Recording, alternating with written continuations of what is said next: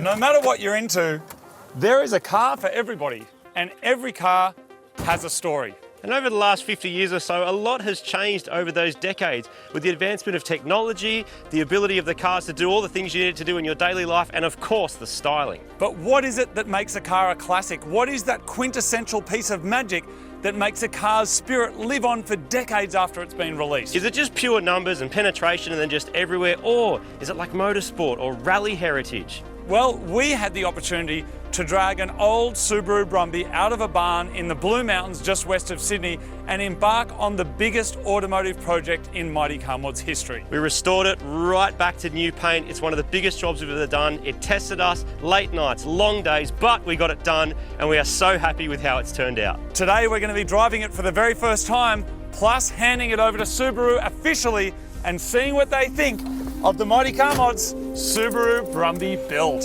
It's hard to believe that this is the same car that we dragged out of an orchard shed 6 months ago.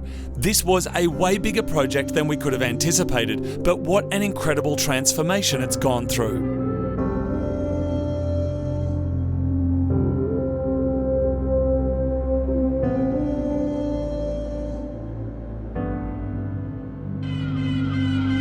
These days, it's easy to buy into the use it and then chuck it away mentality that surrounds us. Consume it, bin it, and go again. Cars aren't always like this though. It may have been purchased merely as a tool to move people or materials around, or maybe someone saved for years to buy their dream car or even their first car. We spend so much time in them navigating our way through life that some of them just seem to stick.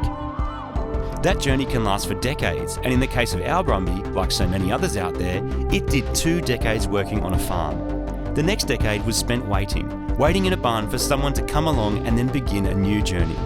And that's where it found us, and with some time and effort, we've got it ready for its next decade.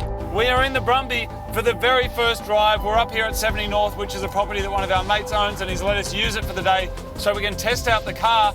It's working. It's driving. It's an EJ powered Brumby. It's got a Forester driveline, an EJ20, a 5-speed gearbox. It's now all-wheel drive instead of front-wheel drive, and it drives really, really nicely. It's absolutely bellissimo.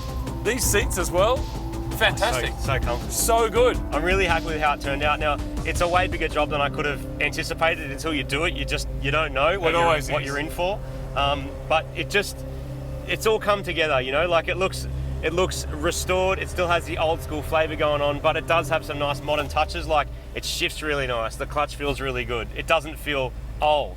What do you reckon was the hardest part of the build? Like the thing that you kind of thought ended up being harder than you expected? I think making the decision to go all-wheel drive, because Brumbies are four-wheel drive, but they're selectable, and most of the time you drive them around in front-wheel drive, and then when you pull that lever, it goes four-wheel drive. Now, Brumby purists will tell you that's great and it locks and it is a good thing for off-road, but we're trying to make something that's a bit more of a road car and it's still capable, but sort of a really nice sort of street car, something you can actually use every single day. Also, it's really hard to get Brumby parts now, whereas Forester stuff you still can. So by going EJ, we've now got, injection, we've now got a high pressure fuel system, we've got all this sort of nice modern computer controlled stuff that makes it a bit nicer to drive. We've added power steering. And we're also really lucky that we ended up getting that second Brumby at the same time, because with a project of this scope, the car's just blown apart everywhere. And right near the end, we're like, where are those trims? Where are those bits? And we're like, we don't know where they are. So luckily, we could salvage them from the second Brumby that we got, and it donated a bunch of its parts to this project as well. So when you're colour changing a car, when you're going to this level of restoration, like, it's huge and it takes a long time, heaps of hours, stuff you can't anticipate. But all the different elements have come together really nice. It's not a show car. That wasn't really the aim, to build a show car. It's just to build something you can drive on the road and enjoy. Makes good power, shifts nicely. It's kind of a comfortable and nice place to be.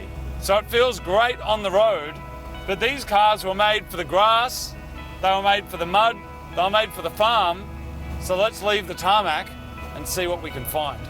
We've just head off the tarmac. We're going to do a little bit of grass, a little bit of trail, man, just see how it goes. Nothing too hectic, even though we are the world's best four-wheel driving channel. Today, we're the world's best all-wheel driving channel. All the Brumby purists are like turning over going, but you used to have selectable, and they're right. That's true, that's fine if you're doing this all the time. Maybe if you end up owning it, you can swap back a Brumby transmission into it. Oh, imagine that, That'd be doing it all again. It's working, it's off-road, and we actually did it. This is exactly what the Brumby was originally developed for way back in the 70s. A practical ute that you can drive to the shops, drive around your farm, or drive across the country.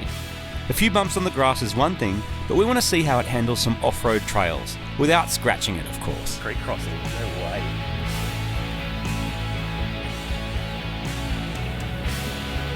All right, and we're about to cross a creek, Martin. Just don't want to damage it. Oh, no, it's loving it, dude. Yep, we're through. Look at this. Hey, Let's go, little Brumby. how cool. Let's go, let's go. Will we get up the other side, Martin? That's no the question. muddies. We've got no muddies. Man, I haven't even flicked low range yet, just to prove Just loves it. Just to Just prove a point. absolutely loves it. Just to prove a point, no low range. Let's do it. All right, now we got low range, dude. Yes. How good's that? Look, it crawls along. I'm glad I got to use it finally. This is awesome, man. Brumby in its natural habitat. I mean, we don't have any goats in the back, not yet, but Never know, we might pick up a goat somewhere. time for me to wind out my little handle. There we go.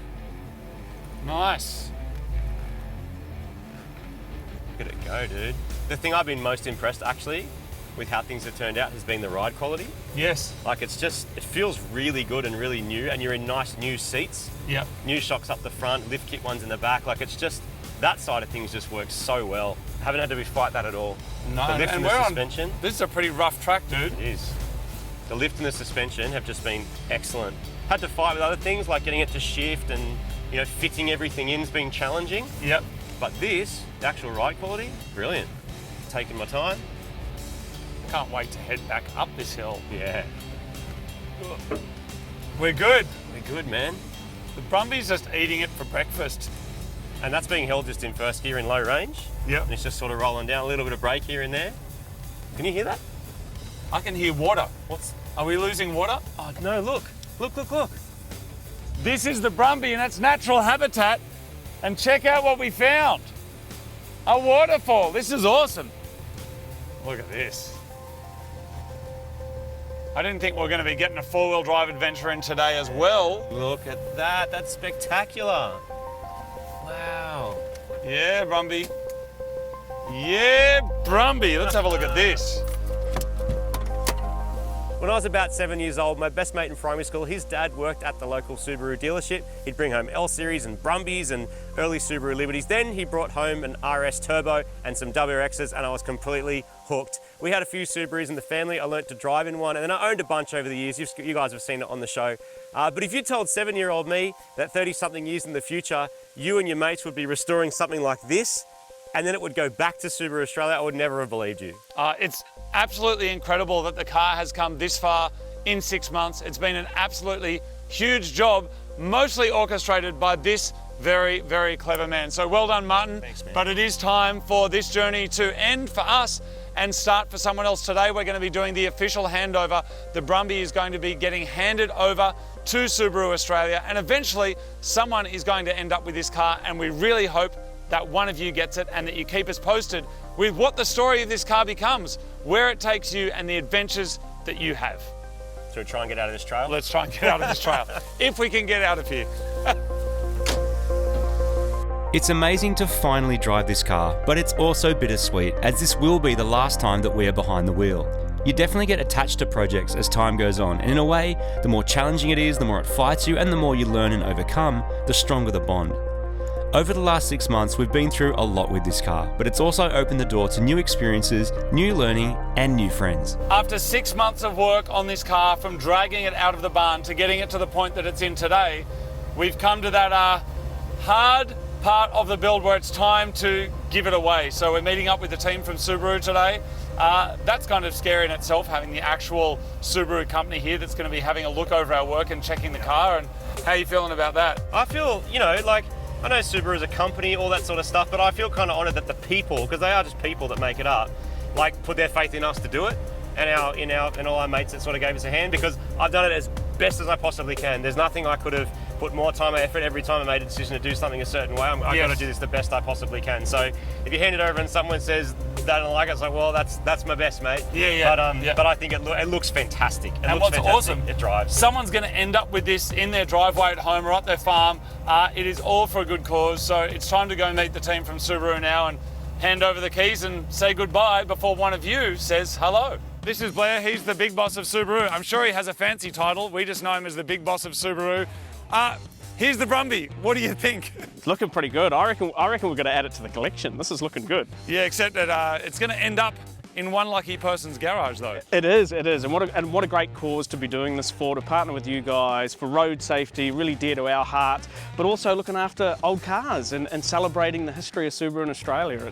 This is a great project. How has it been seeing the car for the very first time? Because obviously you saw the videos of it getting pulled out and slowly getting put together. Now that you see it in its completed form, how's that been? I'll be honest, I was a bit dubious on this colour, but it looks fantastic. The black detailing, the finishing, love the wheels. Looks fantastic. Here it is. Look after it. It's in your hands until the lucky person ends up with it. Thanks for helping us make this happen. I hope we can do another one. Maybe not a Brumby, maybe something else. There's a few other cars there to choose from. What do you reckon? I reckon we've got to try that. Can you just remind us how somebody can actually end up owning this car? Can we just run through that quickly and what the organisation does? So this is all in support of Australian Road Safety Foundation. So there'll be a raffle on our website. You can buy tickets, everyone goes into the draw, and at the end of that, one lucky person is going to get these keys and be able to drive away in the Mighty Car Mods modded Subaru Brumby. I was 7 years old when I first sat in a Subaru. It was our family car, and a decade later I learned to drive in the same one. At 20 years old I bought my first one, and there's been quite a few since. Now 30 years since I first climbed into one, Subaru have commissioned us to restore and modify this car in support of a good cause. I never trained as a mechanic, but I've tried to do the best job I can with the tools I have, and this has been true for all my life. It may not be a show car or a museum queen, but it's sturdy, functional, capable, and punches above its weight. It's all-wheel drive, which remains one of my favourite features of these cars, but it's been modernised, has more power and drives beautifully. And that's what makes this little Brumby one of the coolest cars we've ever built on Mighty Car Mods.